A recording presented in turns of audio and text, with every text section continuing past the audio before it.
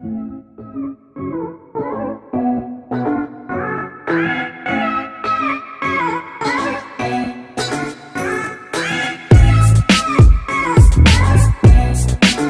guys, welcome back to Class of Learning. You're with Rahul Sharma, your friend and guide. So back-to-back classes, and now we have the class for MEG03 British novel. इससे पहले बात करते हैं British drama का paper कैसा हुआ. The big question that comes to mind of the students कि यार सर ब्रिटिश ड्रामा में जो आपने कहा था वो आया है नहीं आया. सर आप बोलते हो कि 100% पेपर आता है. तो मैंने अपनी इंस्टा आईडी सीरियसली आप लोग फॉलो कर चुके होंगे, दैट इज @classy_rahul. उसमें मैंने एक्सपेक्टेड क्वेश्चन पे डाल दिया और फिर पेपर भी डाल दिए जो आया था. तो हमें पता लगेगा कि पेपर कितना आता है, एक्सपेक्टेशन से आता है या नहीं आता. And those who are having my online classes and those who having notes, they do know कि पेपर कितना वहां से आया. फिलहाल डिस्कस कर रहे हैं MEG03 that is sir British novel की बात करें तो ब्रिटिश नॉवल में क्या पढ़ना है, कौन सी चीजें जो हमें ऑन टिप पहुंचे फॉर ब्रिटिश नॉवल. तो सर बिगनिंग से समझें तो बेटर रहेगा. And we need to go through with the basic terms. Sir no novel है हमारे कोर्स के अंदर, हमें कितने करने हैं. मैंने यहाँ सिर्फ 7 लिखे हैं. You can look at it. The Tom Jones, Pride and Prejudice, Wuthering Heights, Great Expectation, Heart of Darkness, A Portrait of the Artist as a Young Man, and A Passage to India. Yes, just 7. And yes, I want you guys to do these 7. Sir मेरी कोई miss prime body से कोई दुश्मनी नहीं है. Middle मार्च मुझे ऐसा नहीं कि अच्छा नहीं लगता, लेकिन मैंने अपने फेवरेट्स में नहीं डाला वो. These two are not in my favorite. तो मैंने कहा मेरे फेवरेट में नहीं है तो मैं उन पे काम क्यों करूं. Yes, definitely I'm not going to do work on these. Yes, I'm going to work on these 7. शुरू करते हैं टॉम जॉन्स से. आप बोलते हो टॉम जॉन्स को क्लियर करना है तो नरेटिव टेक्निक डोमिनेंट है, कैरेक्टराइजेशन इंपॉर्टेंट है. सर आपने कैरेक्टर्स बताए थे हमें लास्ट वीडियो में ना, जो आपने MEG2 की बताई थी, तो आपने हर स्टोरी को कैरेक्टर्स बताए थे. यहाँ पे कैरेक्टर्स नहीं बताने. There is a difference between drama and novel. तो नॉवल के डिफरेंस को क्लियर कर लेते हैं.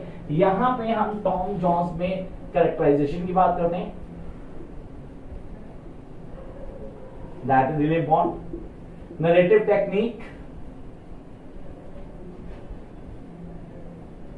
इंपॉर्टेंट है. कैरेक्टराइजेशन हो गया, नरेटिव टेक्निक हो गया. सो थीम्स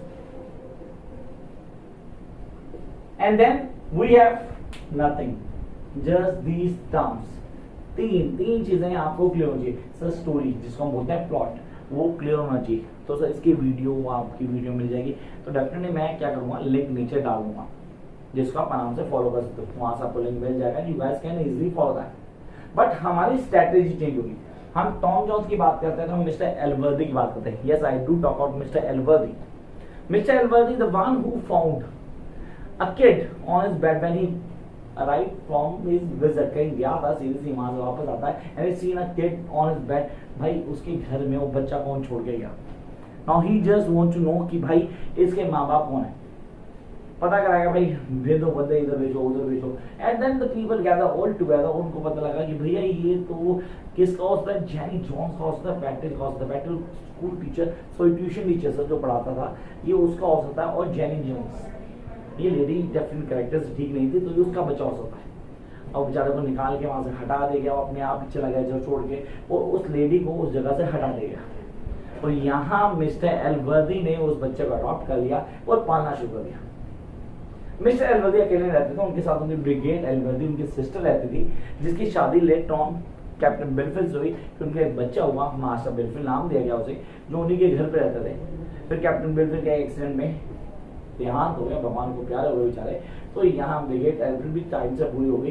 तो भाई मास्टर बेलफिल्ड भी यहाँ रह गया और टॉम जॉन्स तो ऑलरेडी था. तो एक्चुअली प्रॉपर्टी का हेयर तो मास्टर बेलफिल्ड की बहन का बेटा. भाई मिस्टर एल्वर्दी ने शादी नहीं की है, लेकिन कहीं ना कहीं चीजें बहुत बढ़ रही थी. एक टाइम लैप था सीरियसली राइटर दिया, 12 से 14 साल का टाइम लैप दे दिया, जिसमें बच्चे बड़े हुए. टॉम जॉन्स बड़ा हो गया, ऑलमोस्ट हम लोग 13-14 ईयर्स 15 में आ गया. फिर यहाँ पे दिखाया कितना जेनरस है, लोग कैसे हेल्प करता है. और क्यों मास्टर बेलफिल्ड सीरियसली उससे नफरत करता है. ही डोंट लाइक दैट गाय. उसको पसंद नहीं है भाई ये बंदा. क्यों? क्योंकि भाई मेरे मामा की प्रॉपर्टी में ये क्या कर रहा है, ये तो मेरी होगी, डेफिनेटली मेरी होगी, तो मैं इसको एंजॉय करूंगा. सर व्हाई यू सेइंग मेरी होगी, ये तो कहानी किसकी हो रही है. सर ये मास्टर बेलफिल्ड की और टॉम जॉन्स की हो रही है. मैंने आपको बोला था जब आप ड्रामा या नॉवल पढ़ेंगे guys, you need to feel the character. Till the time you won't feel that character, आप चीजें ग्रिप नहीं कर पाओगे. This is really important that you guys need to feel the characters को फील करो. The more you feel it, the more easily going to grab each and thing, and this is what I really want. ये मैं चाहता हूँ कि आप लोग करो. जब आप ये करोगे ना तो चीजों को बड़े आराम से क्लियर कर पाओगे, समझ भी पाओगे, and that will definitely work for you guys. 2-3 चीजें हमें कॉन्सेप्ट लिखनी चाहिए. पढ़ना, पढ़ने का तरीका, कौन से पे ऑफ है, आप कैसे क्लियर करते हो. आपने हम कैरेक्टराइजेशन करेंगे, एक कैरेक्टर चार्ट बनाएंगे पूरा, हम चीजों को क्लियर करेंगे. Then will go to narrative technique, themes को समझेंगे. प्लॉट हम क्लियर करेंगे. सबसे पहले प्लॉट क्लियर करना है. टेक्निक सर, सबसे पहले वीडियो देखो मेरी. इस चैनल को सब्सक्राइब नहीं किया तो इमीडिएटली सब्सक्राइब कर लो. इस आईडी को फॉलो जरूर करना क्योंकि वहीं से आपको सारे क्वेश्चन मिलते हैं बॉन्ड वाले. Then number 2, notes. अगर आपके पास नहीं है तो have the notes and start preparation. जिनके पास टाइम नहीं है, सर परसों पेपर है तब भी आंसर ही आएगी, सिर्फ नोट्स को फॉलो करना है. वीडियोस आपके पास है, मेरी सारी वीडियो, आप उसको देखें. And then go to the question answers जो मैंने नोट्स में दिए हुए हैं, और कोई अलग क्वेश्चन आंसर्स नहीं है, ये आपको करने हैं guys. The way you right. अच्छा यार सर यहाँ पे क्या हम कोटेशन ऐड करें in between answer. We don't have much quotation while talking British novel. हमारे पास ज्यादा कोटेशन नहीं होती. हमें सिर्फ बेसिक्स को क्लियर करना है, वो आप बड़े आराम से क्लियर कर सकते हैं. तो टॉम जॉन्स पहली चॉइस होनी चाहिए. आप कैसे करते हो सर? टॉम जॉन्स में मैन ऑफ हिल को पढ़ लूं मैं? हाँ डेफिनेटली पढ़ तो बेटर है सर. यहाँ पे जो इन्वॉल्वमेंट थी, जो मिसेस वाटर्स के साथ रिलेशन बनाया था टॉम जॉन्स ने, या मॉली के बच्चे का फादर अपना बोल रहा था जो वो प्रेग्नेंट हो गई थी, ये जेनरसिटी को हाईलाइट करता था. वहां इसका कैरेक्टर ही खराब था. सीरियसली बंदा दिल फेंक आशिक था, हर जगह मुंह मारता था. टॉम जॉन्स डेफिनेटली था. और जब ये पता था कि मिसेस वाटर्स ही जेनी जॉन्स है जो इसकी माँ हो सकती है, how could a man have a relation with his own mom. बहुत शॉकिंग था हम लोगों के लिए. हाँ बाय द चांस वो उसकी माँ नहीं थी, उसने क्लियर कर दिया कि ये किसी और का बेटा नहीं है, ब्रिगेड का बात है. ब्रिगेड एल्वर्दी. किसकी? एल्वर्दी की बहन का बेटा, मतलब मास्टर बिलफिल का बड़ा भाई टॉम जॉन्स है. आई होप यहाँ पे मेरे कॉन्सेप्ट क्लियर हुआ. एल्वर्दी, वेस्टर्न, इन कैरेक्टर्स को डेफिनेटली डोमिनेंट क्लियर करना है आप लोगों ने. आप लोगों ने समझना है कैरेक्टर्स क्या हैं, कैसे काम करते हैं, कौन कौन सी चीजें आपको आनी चाहिए. And guys one more advice, seriously one more advice, please start writing the answers. लिख के प्रैक्टिस करो. आप लोग लिख के प्रैक्टिस नहीं करते तो चीजें क्लियर नहीं कर पाओगे. This is really important that you guys need to start writing the answers. The more you write, the more confident you going to be. तो ये तो सिर्फ first part, that is Tom Jones. Paper में 100% आएगा, कोई वो choice नहीं कि टॉम जॉन्स आए, ये आएगा ही आएगा. Come to the second one, Pride and Prejudice. से फैमिली चार्ट बना लो. सीरियसली फैमिली चार्ट बनाओ, बैनेट्स का चार्ट बनाओ, डार्सीज का चार्ट बनाओ, बिंगलेस का चार्ट बनाओ. 3 फैमिलीज डोमिनेंट है. सर लुकास फैमिली का भी चार्ट बना लो. सर ये तो सीरियसली हम चार्ट बनाएंगे, इसको कैसे क्लियर करेंगे, इसमें हम किसको समझेंगे. मैं जब बैनेट्स की बात करता हूँ, मिस्टर और मिसेस बैनेट की बात जरूर करूंगा. Mister Bennet, a man of the 45 having no control on his wife. सिर्फ जिसकी नहीं चलती फैमिली. एक बीवी है जो ऑफुल लेडी है, चुप्पी नहीं होती कभी, जिसकी लाइफ का सिर्फ एक एम है उसकी 5 बेटियों की शादी हो जाए. यस, उसकी लाइफ का सिर्फ एक एम है कि उसकी 5 बेटियों की शादी हो जाए, कैसे भी हो. जहां बंदा देखती है, कोई एलिजिबल बैचलर देखती है, अपने बेटी को ढूंढ ले जाती है, ये मेरे बेटी सेट हो जाए. कहानी शुरू होती है जब बिंगलेज एंटर करते हैं उनके नेबर टाउन, नेबर में बन के आते हैं. तो एक बॉल डांस पार्टी, वो इंट्रोडक्टरी पार्टी होती है जहाँ पे लोग मिलते हैं, हाल चाल पूछते हैं, बताते हैं अपने बारे में. वहाँ पहले कस्टम हुआ करता था, हमारे यहाँ भी होता था पहले, बहुत पहले. अब वो खत्म हो गया, अब तो पड़ोसी नहीं जानता होता. तो वहाँ वो लोग गेट टुगेदर करते हैं. उस गेट टुगेदर में कहानी शुरू होती है प्राइड और प्रेजुडिस की. Yes, from here the Pride and Prejudice begin. Pride दिखता है डार्सी से जब वो बोलता है एलिजाबेथ के लिए, she is smart but not must to tempt me. भैया तू सीरियसली अपने आप क्या समझता है? Who the hell you are? वो ये उसको सुन मिले किसने? एलिजाबेथ ने. तो पहले बैनेट्स को क्लियर करता हूँ. बैनेट्स 5 लड़कियां हैं. जेन सबसे सुंदर, सबसे ब्यूटीफुल, इतनी सुंदर कि देखते ही प्यार हो जाए किसी को भी. एलिजाबेथ सुंदर, बहुत सुंदर ही सुंदर, बट सबसे intelligent. I repeat, the most intelligent of Bennett's daughters. Sir Kathy, Carrie दोनों का कोई रोल नहीं है स्टोरी में. लीडिया जरूर से ज्यादा रोल है. ये वो लड़की है जो आजकल ट्रेंडिंग है, sorry can't help it, trending है, जिनको सेक्स और सेक्स की आइडियोलॉजीज को लेके ज्यादा इंटरेस्ट है. Those always interested in these bloody talks. So why you saying the bloody talks? So sorry, सबका अपना पर्सपेक्टिव है, हर किसी को अच्छा लगता होगा, तो ठीक है, I can't help it. लेकिन मैंने उसको बताया, उसके कैरेक्टर को डिफाइन किया, वो लीडिया थी, डोमिनेंट कैरेक्टर है Lydia, no doubt already. Then will have the entry of Bingleys, Bingley enter करते हैं अपनी दो सिस्टर के साथ, एक मैरिड और एक अनमैरिड। अब जो अनमैरिड है वो सीरियसली चाहता है कि इसकी शादी मिस्टर डार्सी के साथ हो जाए, क्योंकि डार्सी उसका बेस्ट फ्रेंड है, एक एलिजिबल बैचलर है, सबसे ज्यादा वेल्दी है, सबसे ज्यादा इंटेलिजेंट है, और क्या चाहिए यार। चलो यार नेक्स्ट पे आते हैं, mister Darcy. Mister Darcy along with his sister Georgina.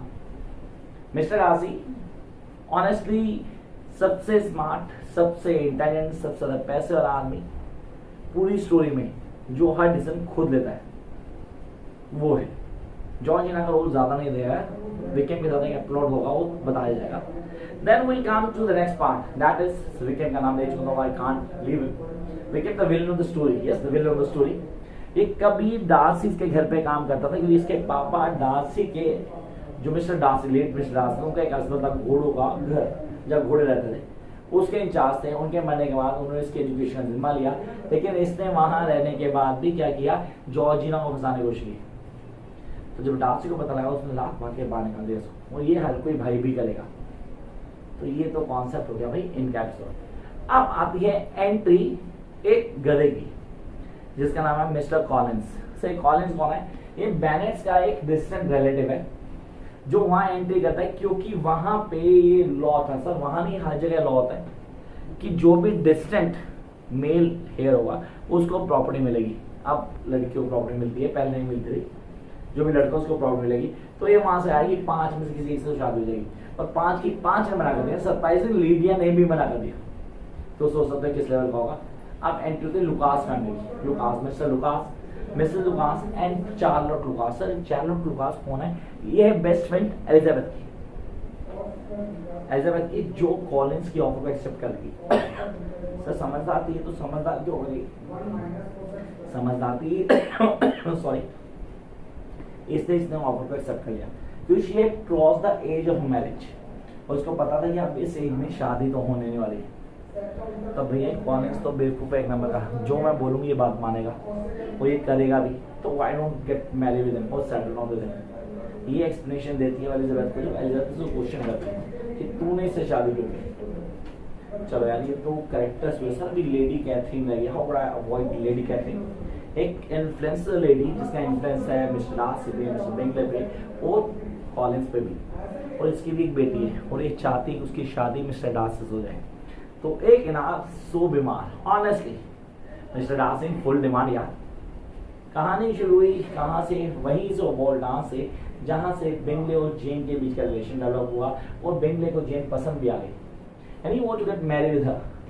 लेकिन उसने अपने दोस्त से राय मांगी, तो उसके दोस्त ने मना कर दिया, भैया पागलों की फैमिली यार, कहाँ फंस रहे?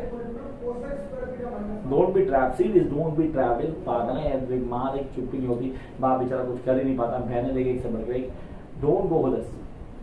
उनकी बात मान के हट जाता हूँ। जब ये बात एलिजाबेथ को पता होगी, पहले उसकी वाली इमेज खराब थी कि उसने उसके लिए बोला था that she is smart but not much talented. ऊपर से उसकी बहन का रिश्ता तो आ गया, उसको गुस्सा तो पड़ा है, एक नेगेटिव फिगर आ गई। अब जैसे स्टोरी डेवलप होती जाएगी, मिस्टर डार्सी का इंटरेस्ट एलिजाबेथ में बढ़ता जाएगा। वो प्रपोज भी करेगा, 1 बार करेगा, 2 बार करेगा, 3 बार करेगा, और रिजेक्शन भी मिलेगी। इस बीच विकेम की एंट्री होगी, जो एक आर्मी मैन बन के आता है, बेवकूफ बनाना, कोई आर्मी मैन नहीं है, ठीक है। कहीं ना कहीं हमें दिखाया कि एलिजाबेथ भी ट्रैप होगी तो उसमें, लेकिन बाद में लेटर ऑन शी अंडरस्टैंड कि भाई ये भी फेक आदमी है। And then Lydia Wickham episode, जहाँ लीडिया को लेके भाग जाता हूँ, और फिर डार्सी उसको पैसे देके सेटलमेंट करवाता कि उससे शादी करे। तो ये थी कहानी प्राइड एंड प्रेजुडिस की। सर प्राइड एंड प्रेजुडिस को अगर समझना हो तो हमें कैरेक्टर्स को क्लियर करना होगा, हमें स्टोरी लाइन को समझना होगा, हमें प्लॉट को पूरा ऑन टिप करना होगा। We need to go with the themes such as the money, the then cheat या डिसीट था कहीं ना कहीं, देन द मैरिजेस बहुत अच्छा प्रपोजल है यहाँ पे। हमें जो हाईलाइट करना है मेन थीम के रूप में प्राइड एंड प्रेजुडिस में, the work of Jane Austen. Yes we need to work on Jane Austen. उसने नाम क्यों चेंज किया? पहले उसने इसका नाम दिया था first impression, later on change to the pride and prejudice. I hope थोड़ी सी हेल्प मिली होगी, ज्यादा का तो नहीं पता, लेकिन थोड़ी सी हेल्प होगी, चीजों को बड़े क्लियर कर पाओगे। Questions sir, questions guys, related question मैं ऑलरेडी डाल चुका हूँ, आपको क्वेश्चन आंसर देखना है। ये रिवीजन क्लास है guys, this is revision class. मैं सब कुछ बता दूंगा, सिर्फ इस वीडियो को देख के आपको सब चीजें क्लियर हो जाएंगी, क्रिस्टल क्लियर, सब कुछ याद आएगा। हाँ हाँ ये है, ऐसे, हाँ ये चीज थी, ये सब मैं यहाँ कर। तो 2 Tom Jones and pride and prejudice, question please inside, वहां जाओ फॉलो करना, क्वेश्चन मिल जाएंगे सारे। Come to Wuthering Heights. It's a psychological play. It's a bionicle hero. Yes, a bionic hero. किसकी बात कर रहा हूँ मैं? हीथक्लिफ की बात कर रहा हूँ। Yes, हीथक्लिफ एक बायोनिक हीरो है। कहीं ना कहीं सर ये बिट्सगो रॉमन तो नहीं है, या इट्स नॉट बिट्सगो रॉमन, लेकिन हाँ कहीं ना कहीं उससे मिलता होता है, क्योंकि कैरेक्टर की डेवलपमेंट को डिफाइन करता है। आप चीजें क्लियर करना हमारे लिए इम्पोर्टेंट है। सर ये कहाँ से शुरू थी कहानी शुरू थी वुथरिंग हाइट से, या कहानी शुरू थी थ्रेशोल्ड गैलन से? नहीं, वुथरिंग हाइट से शुरू थी। सर अब यहाँ पे हमारे बहुत इंपॉर्टेंट चीजें क्लियर करें। किसकी बात कर रहे हैं? सर मिस्टर शॉ की बात कर रहे हैं, जो लेके आए थे इसको पहले बार, जिसके 2 बच्चे थे, एक कैथरीन और दूसरा सर अब वो हेडन जो था ना, वो उनका बेटा था, but he don't like at all. ये किसको? हीथक्लिफ को बिल्कुल पसंद नहीं करता था। कौन करेगा यार? तुम्हारे पापा आज एक बच्चा को उठा के लाते हैं घर पे और तुमसे ज्यादा वैल्यू उसको देना शुरू कर देंगे, क्या आप उसे पसंद करोगे? बिल्कुल गलत नहीं था, सीरियस से बिल्कुल गलत नहीं था, मैं भी वही करूंगा, आप भी वही करोगे, सीरियस हम सब करेंगे। यार हु द हेल ही और शी, ये कहाँ से आया, यहाँ पे क्यों बन गया? बाप ने उसको उठा के हॉस्टल भेज दिया, जा भाई हॉस्टल जा। यहाँ पे हीथक्लिफ और कैथरीन के बीच की रिलेशन और स्ट्रॉन्ग होती गई, and they goes to moors, सब वो पता है बियाबान एरिया, वहां जाते थे दोनों, वहां खेलते थे, and they develop a relation of love. Time moves on, after 3 years mister Shaw died. अब जब मरते हैं तो वो एंट्री होती है वापस किसकी? कैथरीन के ब्रदर की, और अपनी शादी करके आया है। सर जब वो शादी करके आया है तो ऑलरेडी यहाँ पे अपने बाप की प्रॉपर्टी का मालिक तो वही है। वो आके यहाँ पे हीथक्लिफ को एक नौकर वाली ट्रीटमेंट देना शुरू, अस्पताल में भेज भाई, जाके अस्पताल में ला दो, वहां तो रहेगा और वहां रह के घोड़ों को सवाई करेगा। उसको ट्रीटमेंट बहुत ज्यादा रफ मिल रही है, उसको बुरा लग रहा है, लेकिन इतना बुरा लग रहा है क्योंकि कैथरीन आज उसको प्यार करती है, अभी उससे मिलती, उसमें कोई चेंज नहीं है। लेकिन अब यहाँ भी एक ट्विस्ट आएगा, क्यों? क्योंकि वो गया है कैथरीन के साथ वही मोस में, वहां पे उसको क्या हुआ है, बाइट किया डॉग ने। तो यहाँ पे जो लिंटन्स के डालते थे, लिंटन, सर मैं लिंटन्स की बात करूँ डेफिनेटली, वहां पे लिंटन्स के दोनों को बिल्कुल बेवकूफ मानते थे, मजाक में उड़ाते थे। वो उनकी मदद के साथ कैथरीन को अपने साथ ले जाते हैं और हीथक्लिफ को छोड़ देते हैं, seriously with a bad feeling, तो छोड़ देते हैं गंदा चैप्टर, चलो जाओ लेके जाता हूं। जब ये कैथरीन वापस आती है तो definitely she had a great change, एक वुमनली एटीट्यूड लेके आ गई, और आज उसका रिलेशन लिंटन्स के साथ बदल गया। ये देख के सीरियसली पिंच होता है और बहुत बुरा भी लगता है हीथक्लिफ को।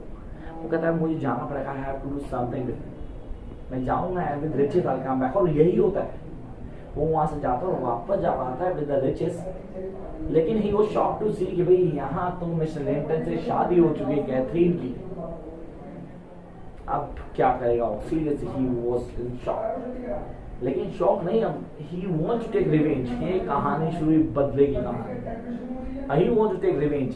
अब उसके लिए उसने क्या किया? सबसे पहले उसने मिस्टर लिंटन की बहन को फंसाया और उससे शादी की, और जब उससे शादी कर ली तो उसको टॉर्चर करना शुरू कर दिया, क्योंकि इससे क्या होगा, उसको सुकून मिलेगा और वहां कैथरीन को पता लगेगा कि उससे कितना प्यार करता है। मतलब पागल आदमी है यार, क्या आइडियोलॉजी इसकी। और वो लड़की बेवकूफ जो उसके प्यार में फंस गई, पर फंस गई क्या कर सकती, वो बेचारी छोड़ के भाग जाती है लंदन, जहाँ इसके बेटे को पैदा करती है और अपने बेटे का नाम अपनी फैमिली के नाम पे देती है लिंटन।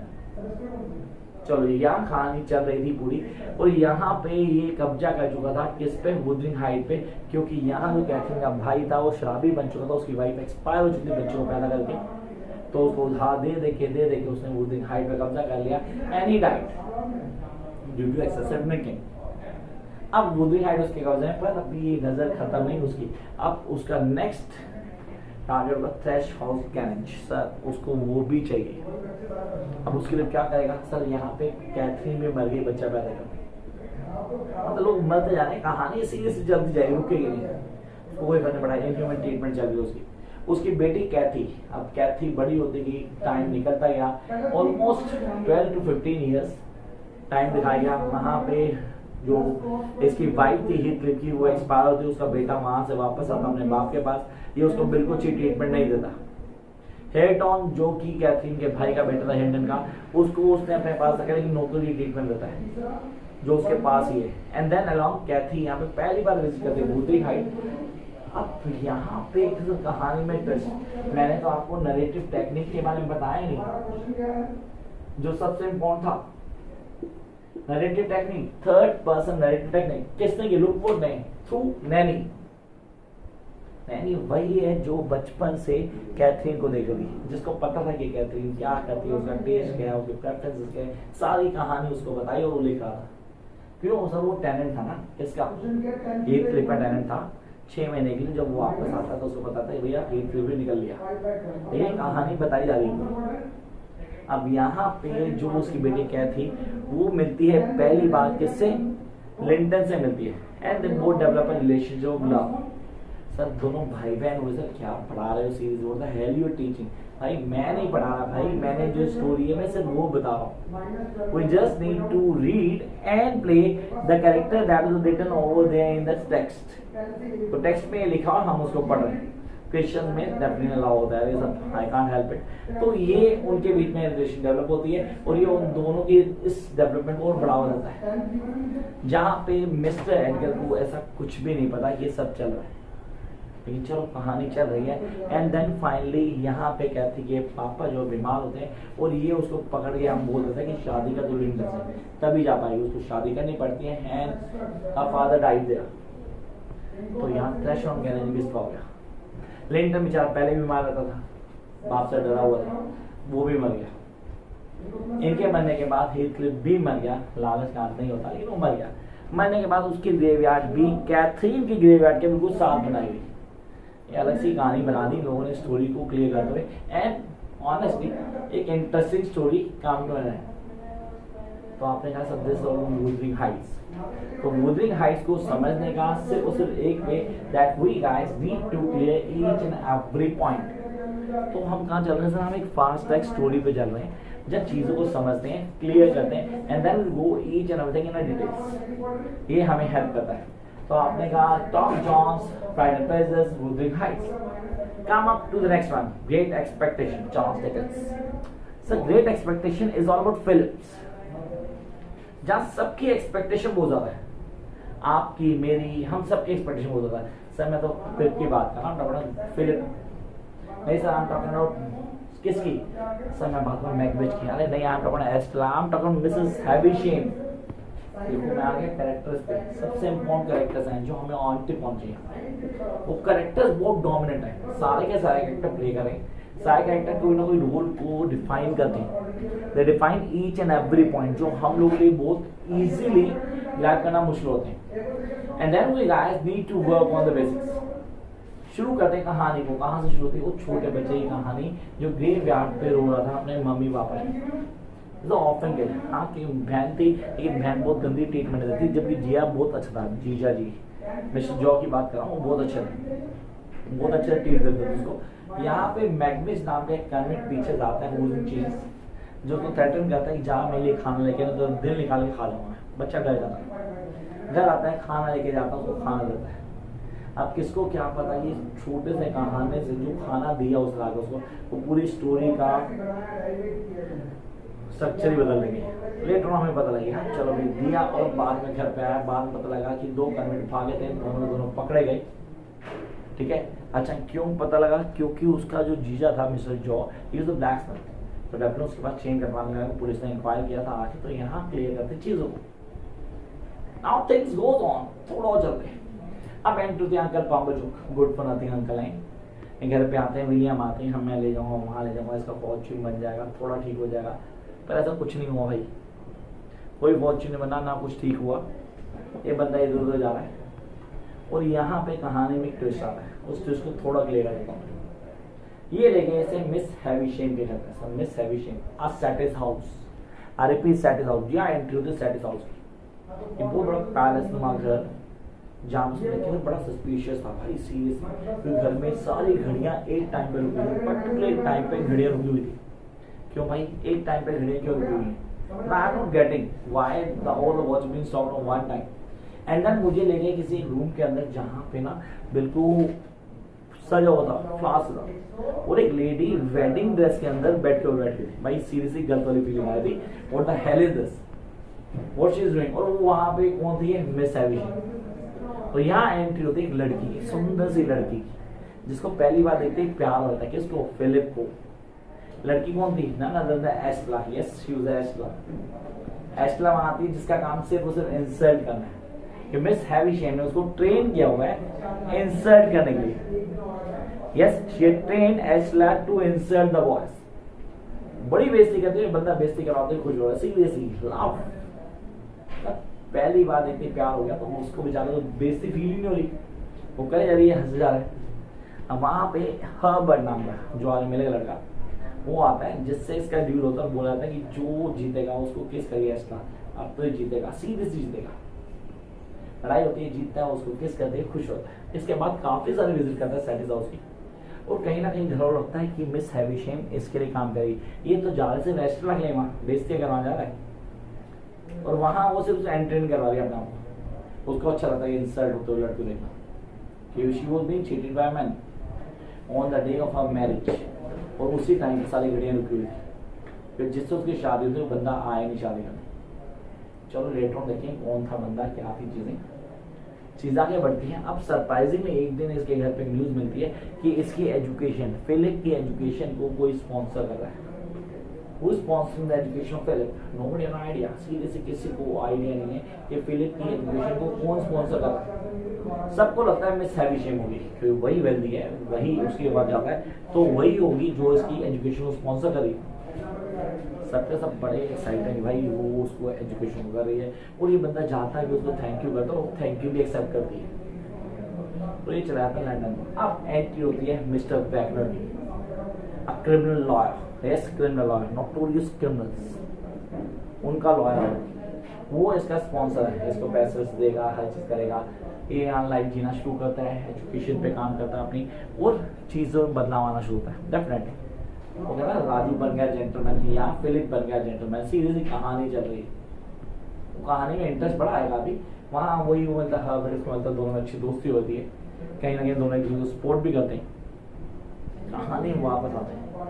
यहाँ पे मिस्टर जॉक की लाइफ में थोड़ा कुछ ठीक नहीं चल रहा कि मिसेस जॉक को हिट किया है किसने, एक बंदा है ऑलिक, OLIC, ऑलिक, जो काम करता है मिस्टर जॉक पे ही यहाँ पे, जिसने अटैक किया है मिसेस जॉक के ऊपर। और वो अब ठीक नहीं है, बिल्कुल ठीक नहीं है, स्टेबल नहीं है, हेल्दी बिल्कुल नहीं है। ठीक है, उसके कॉन्सेप्ट को उसने डिफाइन किया, क्या है, कैसे चेंज हो रहा है, कौन सी चीजों बदलाव आएगा, हाउ थिंग्स विल चेंज, एक एक चीज को डिफाइन किया गया।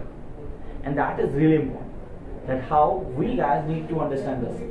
इसका कॉन्सेप्ट क्या होगा, कैसे होगा, इनको बदलाव किया जाएगा, कैसे चेंज किया जाएगा, वो सारी चीजें यहाँ रूल होगी। And that is the most important. चलो जी, अपनी बहन को मिलने आता है, लेकिन आप इसमें एटीट्यूड आ गए, सिर्फ attitude, the one who have nothing, और पैसे मिल जाए, एजुकेशन मिल जाए, प्रेस्टीज मिल जाए सोसाइटी में, तो अपने आप को बंदा समझता ही नहीं, बिल्कुल चोरी समझता है। एक्चुअली यही हुआ है। वो क्या है, उसके कॉन्सेप्ट क्या है, हमें उनको समझना है। We need to understand this really important. उसको क्लियर करता है, जो को अच्छी ट्रीटमेंट नहीं देता हूँ, वो जाता है मिस हैविशेम से मिलने जाता है, जहाँ से न्यूज मिलती है कि एस्ला की शादी हो चुकी है, एस्ला गॉट मैरिड। सीरियस दिल टूट गया, तो कुछ कहना सकते, दिल तो टूट गया। वापस आता है, सोचता है कि मैं बेटी से शादी करूंगा। वो बेटी BIDDY बेटी, ये वो लड़की है जो बचपन में पिप को पढ़ाया करती थी, कहीं ना कहीं एडवांस थी, वो पसंद करती थी पिप को, लेकिन पिप तब भाव नहीं देता उसका एस्ला पहन थी। पर सोच रहा है कि अगली बार आऊंगा तो मैं डेफिनेटली सेट आउट करूंगा अपने आप को बेटी के साथ। यहाँ न्यूज मिलती है कि मिसेस जो एक्सपायर हो गई।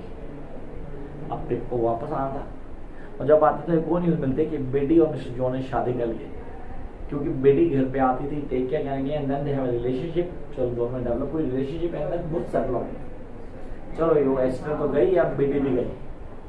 वापस जाता है, खर्चे में पड़ जाता है, वैसे ही बेचारा आशिक लुट चुका है, तो वहाँ पे एक्स्ट्रा एमजेस होते हैं, काफी सारे खर्चे होते हैं। मिस्टर जो जाके सारे कर्जे उतारते हैं। मिस्टर जो, जिनको बिल्कुल रिस्पेक्ट के साथ इसने डील नहीं किया, वो जाके इसके सारे कर्जे उतारते हैं। थोड़ी चीजें बदलनी, यहाँ पे ऑलिव फिर अटैक करने आता है। जब वापस आता है ऑलिव अटैक करना, पकड़ा जाता है, पुलिस पकड़ लेती है। एंड देन वो वापस जाता है वहां पे, हर्बर्ट और मिलके काम करना शुरू करते हैं। And then one day there is no कॉन डोर, रात को कौन आया भाई, सीरियसली कौन आ गया, और कोई नहीं था, एक बंदा था। वो एक बंदा जाना पहचाना लगा, बचपन में इसका चेहरा देखा था। He was none other than the same convict जिसको इसने खाना दिया था in the beginning. The name of that convict is Mr. Magwitch. And that Mr. Magwitch tell him that I'm your benefactor here. I'm the one who sponsored your education and this lifestyle. He was shocked. Seriously, he was shocked. ये तो सोचा miss हैविशेम थी, लेकिन miss हैविशेम नहीं थी। ये किससे contact कर रहे हैं? Lawyer joggers. वो ये बताता है कि भाई यही तेरा बेनिफिक्टर है। एंड ही वो शॉर्ट सीरियसली, अब ये कहता है मुझे यहाँ से निकाला, I just want to get out of this. ये हर्बर्ट से बात करता है, कोशिश करते हैं निकालने की। वो एपिसोड छोड़ो कि निकल नहीं पाएगा, डेफिनेट चीजें हैं, बदल चुकी है, क्या है उनके कॉन्सेप्ट क्या है, वो सारी चीजें हमारे इम्पोर्टेंट थी, उसको क्लियर करना है, क्या पॉइंट है, कैसे क्लियर है वो चीज़। नाउ थिंग्स चेंज, सीरियसली कई सारी चीजें बदलती हैं, क्या है उनके कॉन्सेप्ट क्या है, किनको फॉलो करना है। अब ये आता है वापस आके मिस हैविशेम को जाके कन्फ्रंट करता है कि अगर तू मेरी बेनिफिक्टर नहीं थी तो तूने एडमिट क्यों किया। अब कई चीजें रिवील होंगी। सीरियसली जिस आदमी ने मिस हैविशेम से शादी करनी थी वो कोई नहीं था, वो मैगविच ही था। मैगविच ने सब किया था मिस हैविशेम के कजन कैमिसन के कहने पे, जिसने ये बोला था कि तुझे शादी नहीं करनी है, तू सिर्फ ट्रीट कर, क्योंकि वो ऑलरेडी मैरिड था, इसलिए उसने शादी नहीं की। किससे शादी हुई थी उसकी? With the maid of Miss Havisham and the mother of Estella. तो यहां कहानी पूरी क्लियर हुई। And then we get to know कि भैया एस्ला का हस्बैंड एक्सपायर हो गया। It was not a good marriage, दोनों बीच में कुछ रिलेशन ठीक नहीं थे। चलो चीजें बदलती। And then we see Estella and Pip both are walking together. This is the great expectation, जिसमें किसी की भी एक्सपेक्टेशन पूरी नहीं हुई।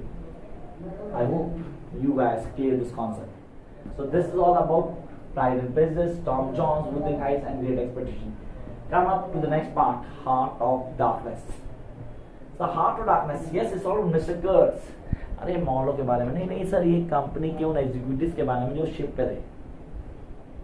स्टोरी बहुत इजी है, सीरियसली बहुत इजी है। इट्स ऑल बैन, एक आदमी को जरूर से ज्यादा हाइप किया गया, वो कर्ट था, जो एक्चुअली क्या चाहता है लाइफ में, क्या कर रहा है, किसी को कोई idea, nobody an idea. He is a crazy guy about ivory. वो हाथी के दांत के लिए पागल। But this is all about a black dark continent, Congo. Sir वहां पे ये बंदा गया है और जाके लोग इसे भगवान की तरह ट्रीट कर रहे हैं। People are treating like God. मतलब जहां जाता है वहां इसकी इतनी पॉपुलैरिटी होती है, चीजें बदल जाती हैं। कंपनी में कई लोग इसी की बात करते हैं, कई डरे हुए हैं कि उनकी जगह खा जाएगा, कहीं लगता है कि ये कंपनी को टेक ओवर करेगा, कहीं लगता है कि कंपनी में सबसे डोमिनेंट पर्सनालिटी है। तो मॉलो ने वो सुना इसका नैरेटिव, डेफिनेट नैरेटिव, ये भी कहानी बता रहा है कि ये सब हुआ था। शिप मिला भी, डेफिनेट मिला भी, किससे? सर कर्ट्स से मिला। कर्ट्स के बारे में ज्यादा मिलना भी जाता है। समथिंग यार कौन है बंदा है जिसको देखना मुझे, I just want to meet this guy. इसमें सिंपल, इसमें कुछ भी नहीं करना है स्टोरी में। आपको कर्ट्स के कैरेक्टर स्केच को क्लियर करना है, मॉलो के कैरेक्टर स्केच को क्लियर करना है, प्लॉट को क्लियर करना है, and then go to the question answers. और कुछ नहीं करना है इसमें। सबसे इजी स्टोरी लाइन पूरे पेपर की, that is heart of darkness. इसके अलावा कुछ भी नहीं है। Then I jump up to the next story. पे इसमें कुछ बताना था इन स्टोरी में, that is a portrait of the artist as a young man. Sir ये कहानी स्टीफन्स की है। स्टीफन्स कहानी कहाँ से शुरू हुई? एक यंग मैन की कहानी जिसकी लाइफ में कई सारे चेंजेस आते हैं, बिगिनिंग से लास्ट तक कई सारे चेंजेस आएंगे, यार हमें समझना जरूरी है। Stephen's young fellow, seriously was studying in school, then college, फिर कॉलेज चेंज करना पड़ा due to financial condition of family, ठीक नहीं थे, यहाँ से वहाँ गया। And when you in teenage now you have your sexual encounter. इसका भी सेक्सुअल एनकाउंटर था। वो पहला सेक्सुअल एनकाउंटर किसी और से था, वो एक प्रोस्टिट्यूट के साथ था। तो प्रोस्टिट्यूट के साथ सेक्सुअल एनकाउंटर होने के बाद इसको एक गिल्ट फीलिंग आ गई। सर गिल्ट फीलिंग कि मैंने ना पाप कर दिया, मैंने सिन किया जो मुझे नहीं करना चाहिए। Being a Catholic he should not do that, but उसने किया। अब सर कैसे रिवर्ट करूंगा उसे, मतलब कैसे निकलेंगे, ये तो गलत हो गया, वरना मैंने गलत कर दिया, मुझे अब क्या करना है, what I should do next, concept क्या होंगे, कैसे क्लियर करूंगा, किनको फॉलो करना है, that is really very important, उसको समझना important. And how things will change sir, अब इन चीज़ों से निकलने के लिए उसके दिमाग में कई चीज़ आ रही है, मुझे ये करना चाहिए, मुझे वो करना चाहिए, लेकिन इस बीच वो सारे गलत काम करना जो उसे नहीं करना चाहिए। beginning the basic masturbation and the other things and all that, go moving to this part or that part, सब करने के बाद सोच हुए खा के बिल्ली हज को चली, क्योंकि फिर ये जाता है चर्च और जहां जाके कन्फेस करता है कि मैंने सब किया। जहां पे जो फादर होते हैं उसको बोलते हैं तू रेगुलर आ, चर्च में आ, और चर्च में आएगा तू पढ़ना शुरू करेगा, डेफिनेटली चीजें बदलेंगी। अब इस बीच कई पॉलिटिकल इश्यूज हुए जिनको मेंशन किया स्टोरी में, तो इम्पैक्ट पड़ता है। इकोनॉमिक क्लास थी, उसको डिफाइन कर रहा है क्या चेंजेस है, अंकल, इसके पापा, इसकी मम्मी, इसकी सिस्टर, इसके फ्रेंड का इन्फ्लुएंस क्या होता है। ट्रू लव नहीं था इसका स्टोरी में जो डिफाइन किया गया। And then come to the church, हाँ डेफिनेट चर्च में जाना शुरू हो गया, इसका इंटरेस्ट बढ़ गया चर्च में, और हद यहाँ हो गई जब वो फादर ने कहा भाई तू डेफिनेटली मॉम के लिए टेस्ट दे दे, फादर की पोस्ट के लिए टेस्ट दे दे। इसको लगा हाँ सब कुछ ठीक चल रहा है, मैंने कहा ना सोच हुए खा के बिल्ली हज को चली, ये बंदा वो ही कर रहा है। अब क्या था ठीक है, मैं थोड़ा रिफ्रेश होने के बाद बीच में, भाई सब गए बीच पे गए तो वहां देखिए एक सुंदर सी लड़की, जिसको देखने के बाद इनका दिमाग फिर फिरा और दोबारा से वापस अपने ट्रैक पे आ गया, और फाइनली इन्होंने डिसीजन लिया कि मैं अपनी लाइफ अपनी टर्म्स ऑफ कंडीशन में जीऊंगा, और टर्म्स ऑफ कंडीशन ये डिफाइन करेगा। So nobody can make you to do something, it's your inner self that tell you what to do, what not to do. This is all about a portrait of the artist as a young man. I hope you guys must read out this story. Concept को clear करना है, चीजों को समझना है, बड़े आराम से हर चीज कर लोगे। Come up to next part. A passage to India. The last story from my point of view, the last one जो आप लोगों को करनी चाहिए। सर इसमें हम किसको, मॉस्क, केव्स, टेम्पल्स उनको करेंगे। सर गॉड बॉय को करूं, सर अजीत को करूं, सर मेरे को अजीज को करना है, डेफिनेटली मेरे को उस कैरेक्टर को समझना है। सर यहाँ पे कैरेक्टर बहुत इंपॉर्टेंट है। तीन लोग इंडियंस में सर हम हिंदू मुस्लिम की बात करते हैं, हाँ डिफाइन किया उसने, उसको हाईलाइट किया। And then the Britishers, this is more का रोल इंपॉर्टेंट है, हाँ वो क्लियर करना है। सो रेप वाला इंसिडेंट जो केस में हुआ क्या था एक्चुअली, चीजें कैसे बदली, and what is the attitude of Britishers towards Indians, उस कॉन्सेप्ट को समझना है। अगर मैं बोलूं the easiest story after the heart of darkness is passage to India, easiest मतलब इजी टू अंडरस्टैंड, बड़े आराम से समझ पाते हैं क्या है स्टोरी लाइन, कैसे चल रही है, चीजों को कैसे क्लियर करना है, हम कैसे मास्टर करेंगे, वो सारी चीजें यहाँ हाईलाइट होती है।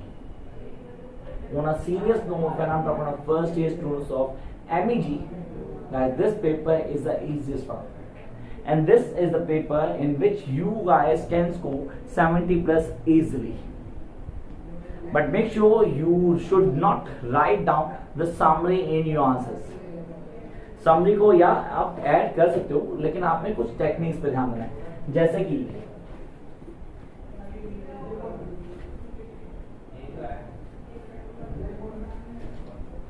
The first thing, follow the question. सबसे पहले क्वेश्चन को फॉलो करना है, जो क्वेश्चन आपसे पूछा गया पहले आप उस क्वेश्चन को फॉलो करोगे, उसको समझोगे कि क्वेश्चन हमसे पूछा गया, जहां आपको पता लगे क्वेश्चन हमसे ये पूछा गया उसको वहीं से शुरू करो। फॉलो ACT को फॉलो करना आपने, you guys need to follow ACT, analyse the question, जो क्वेश्चन है पूछा है पहले सिर्फ उसकी बात करोगे, उसके अलावा कोई बात नहीं करोगे आप। Then you guys need to go on a concept, concept पे काम करना सबसे इंपॉर्टेंट पार्ट है, दैट इज कॉन्सेप्ट बेस। जिस बेस को पूरा क्लियर करना है आप लोगों ने, आपने आंसर को टिल द लास्ट पूरा कंफर्म करना है कि बेस क्या हुआ, आंसर को कैसे प्लेटफॉर्म लेके आएंगे। And then last that is text, yes this the part of summary. अब आप समरी का वो रेलेवेंट पार्ट आप डाल दोगे आंसर में जो आपको चाहिए, yes I am talking that part जो आप चाह रहे हो कि इस आंसर में इन्वॉल्व करें और हम हर चीज को क्लियर करेंगे। This what I want you guys to add. ये तीन चीजें जब आप अपने आंसर में डालते हो तो आप चीजें बड़े आराम से क्लियर कर देते हो। Last advice to every student, guys, please do read over the question answer that is given my notes. सारे के सारे क्वेश्चन आंसर्स रीड करने हैं थॉरली, जो मैंने नोट्स में दिए हुए हैं, और रीड करने के बाद उनको लिख के प्रैक्टिस करनी है. The more you write, the more confident you are going to be for your examination. Till then keep watching the videos. किसी तरह कोई दिक्कत होती है, कोई परेशानी है, कमेंट बॉक्स आप लोगों के लिए. Just write on your problem, I will try to solve it as soon as possible. Till then, keep watching. All the best.